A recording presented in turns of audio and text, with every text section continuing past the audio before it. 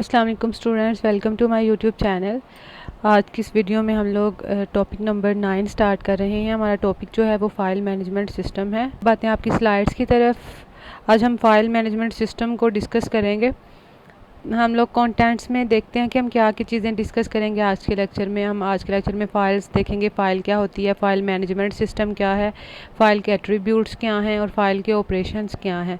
सबसे पहले हम फ़ाइल देख लेते हैं कि फ़ाइल जो है वो क्या होती है। फ़ाइल जो है वो एक ऐसी चीज़ का कलेक्शन होती है जिसके अंदर रिलेटेड इन्फॉर्मेशन हमारी पड़ी हुई होती है और हम उस इन्फॉर्मेशन को, जो कि एक जैसी इन्फॉर्मेशन इकट्ठी हुई हुई होती है, उसको हम लोग किसी सेकेंडरी स्टोरेज में या फिर सेकेंडरी मेमोरी के अंदर स्टोर करके रखते हैं। सेकेंडरी मेमोरी कौन सी है? मैग्नेटिक डिस्क है, मैग्नेटिक टेप है या फिर ऑप्टिकल डिस्क है। जो हमारी फ़ाइल होती है वो सीक्वेंस ऑफ बिट्स है, मतलब बिट्स का एक सीक्वेंस होता है या बाइट का सीक्वेंस होता है। मीन्स उसमें एक सीक्वेंस से हम लोग अपने रिकॉर्ड को लाइन बाय लाइन जो है उसके अंदर सेव रखते हैं। तो फ़ाइल की डेफिनेशन हुई कि फ़ाइल एक नेम्ड कलेक्शन है जिसमें हम रिलेटेड इन्फॉर्मेशन को रिकॉर्ड करते हैं और उसको हम लोग सेव करते हैं सेकेंडरी स्टोरेज में। कहता है कि सेकेंडरी मेमोरी के अंदर सिर्फ हम वही डाटा स्टोर कर सकते हैं जो कि किसी फ़ाइल की शक्ल में होता है और फाइल के अंदर हमारे पास प्रोग्राम लिखे हुए होते हैं या हमारा डाटा पड़ा होता है। डाटा हमारा न्यूमेरिक फॉर्म में होता है, अल्फ़ाबेटिक फॉर्म में या फिर अल्फ़ाबेटिक या बाइनरी फॉर्म में भी हो सकता है। लेकिन जो हमारी फ़ाइल है उसमें जो भी चीज़ पड़ी हुई है वो बाइट या बिट के सीक्वेंस से पड़ी हुई होती है। फाइल की जो एग्जांपल है उसके अंदर हमारे पास डाटा फाइल्स हैं, text file, program file, directory file या इसी तरह से। जो हमारे पास प्रोग्राम फाइल होता है जो वो प्रोग्राम को स्टोर करता है, जो टेक्स्ट फाइल होती हैं वो टेक्स्ट को सेव करके रखती हैं, स्टोर करके रखती हैं। जो हमारे पास टेक्स्ट फाइल होती है उसमें करैक्टर का sequence line by line organise होता है और जो हमारे पास सोर्स फाइल होती है उसके अंदर सारी स्टेटमेंट्स या फिर सब रूटीन्स एक सीक्वेंस के अंदर पड़ी हुई होती है। इस तरह जो हमारे पास ऑब्जेक्ट फाइल होता है उसमें बाइट्स का एक सीक्वेंस होता है, बाइट्स का जो है वो ब्लॉक ऑर्गेनाइज हुए होते हैं। अब चलते हैं नेक्स्ट फ़ाइल मैनेजमेंट। जो फ़ाइल मैनेजर है वो फाइल्स को एक ट्रैक के साथ स्टोर करके रखता है। वो ये डिटरमिन करता है कि कितनी फ़ाइल जो हैं वो स्टोर हो सकती हैं। ऑपरेटिंग सिस्टम के अंदर वो फ़ाइल एलोकेशन पॉलिसीज़ को फॉलो करता है और कितनी स्टोरेज स्पेस अवेलेबल है फ़ाइल्स को एफिशिएंटली क्रिएट करने के लिए, उसको यूज़ करने के लिए या उसे स्टोर करने के लिए, और यूज़र को कितनी फ्री जो है वो चाहिए स्पेस अपनी इन फाइल्स को एक्सेस करने के लिए। और जब उसने अपना काम कंप्लीट कर लिया फ़ाइल से तो कब कैसे उसने डी एलोकेट कर देना, ये सारी चीज़ें हम लोग फ़ाइल मैनेजमेंट में डिस्कस करते हैं। तो हम देखते हैं कि फ़ाइल मैनेजमेंट जो है वो मैनेज कर रहा होता है सारी फ़ाइल्स को कंप्यूटर्स के अंदर। और फाइल हमारे पास क्या है? किसी भी चीज़ के जो कि रिलेटेड इन्फॉर्मेशन है, स्पेसिफिक इन्फॉर्मेशन है, उसको मेन मेमोरी नहीं, सेकेंडरी मेमोरी के अंदर स्टोर करके रखता है कंप्यूटर के अंदर। और मैनेजमेंट के अंदर हम लोग फाइल्स को क्रिएट कर सकते हैं, मॉडिफाई कर सकते हैं या डिलीट भी कर सकते हैं। अब हम देखते हैं कि फ़ाइल के कौन कौन से एट्रीब्यूट्स हैं। फ़ाइल जो हैं उनके ये यहाँ पे डिफरेंट एट्रीब्यूट्स दिए हुए हैं, ये हर फाइल के होते हैं। मतलब फ़ाइल का एक स्पेसिफिक नेम होता है जो कि ह्यूमन रीडेबल इंफॉर्मेशन में होता है। मीन उस नाम को पढ़ने से हमें समझ आ जाती है कि ये फ़ाइल के अंदर किस तरह का डाटा स्टोर होगा। उसके अंदर यूनिक टैग लगे हुए होते हैं जो कि उस फ़ाइल को आइडेंटिफाई कर रहे होते हैं, उनको हम लोग फ़ाइल आइडेंटिफायर कहते हैं और ये ह्यूमन रीडेबल फॉर्म में नहीं होते। उसके बाद हमारे पास टाइप है कि फ़ाइल की हमारे पास टाइप क्या है, वो किस फॉर्म के अंदर स्टोर है। लोकेशन उसकी क्या है, कहाँ पे वो किस जगह पे लोकेट करती है। साइज़ उसका कितना है, कि कितने बाइट्स, कितने वर्ड्स या कितने ब्लॉक्स को स्टोर कर सकती है। उसके बाद प्रोटेक्शन है कि इसके अंदर डिस्क्राइब करते हैं कि यूज़र जब फाइल को एक्सेस कर रहा होता है वो उसको रीड, राइट और एग्जीक्यूट कर सकता है, लेकिन एक प्रोटेक्शन के साथ उसका एक कंट्रोल होना चाहिए कि सिर्फ स्पेसिफिक यूज़र ही उसको एक्सेस कर सकता है, कोई अनऑथराइज्ड बंदा उसे एक्सेस नहीं कर सकता।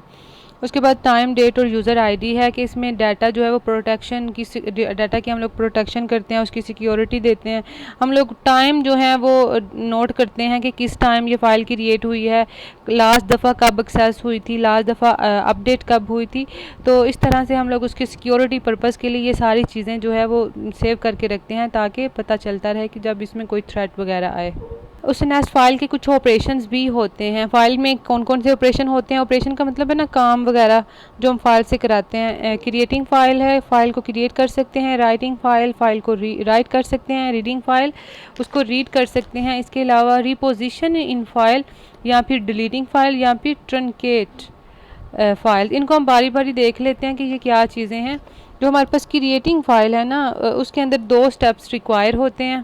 फ़ाइल को बनाने के लिए जगह होनी चाहिए उस फ़ाइल की। न्यू फ़ाइल के लिए जो हमने एंट्री करनी है उसकी भी जगह होनी चाहिए डायरेक्टरी में। ये फ़ाइल को क्रिएट करने के 2 इम्पोर्टेंट जो हैं वो चीज़ें हैं। फ़ाइल जो है उसको क्रिएट करना बहुत ही इंपॉर्टेंट होता है। फ़ाइल के ऑपरेशन के अंदर डिफरेंट टाइप की फ़ाइल्स हैं जो कि हम डिफरेंट मेथड से क्रिएट करते हैं। फॉर एग्ज़ाम्पल जो हमारे पास टेक्स्ट फ़ाइल होती हैं, वो टेक्स्ट फ़ाइल को क्रिएट करने के लिए, मतलब टेक्स्ट एडिटर जो है वो टेक्स्ट फ़ाइल को क्रिएट करने के लिए, जो वर्ड प्रोसेसर है वो वर्ड फ़ाइल को क्रिएट करने के लिए, इमेज एडिटर्स जो हैं वो इमेज फ़ाइल को क्रिएट करने के लिए यूज़ किए जाते हैं। सेकंड वाला जो हमारा ऑपरेशन है वो इसका है राइटिंग फ़ाइल।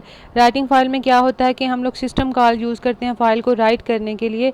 इसमें फ़ाइल आइडेंटिफायर भी प्रोवाइड किया जाता है जिसके अंदर सारी इन्फॉर्मेशन लिखी जाती है, और जो ऑपरेटिंग सिस्टम है वो ये राइटिंग फ़ाइल वाला ऑपरेशन परफॉर्म कर रहा होता है।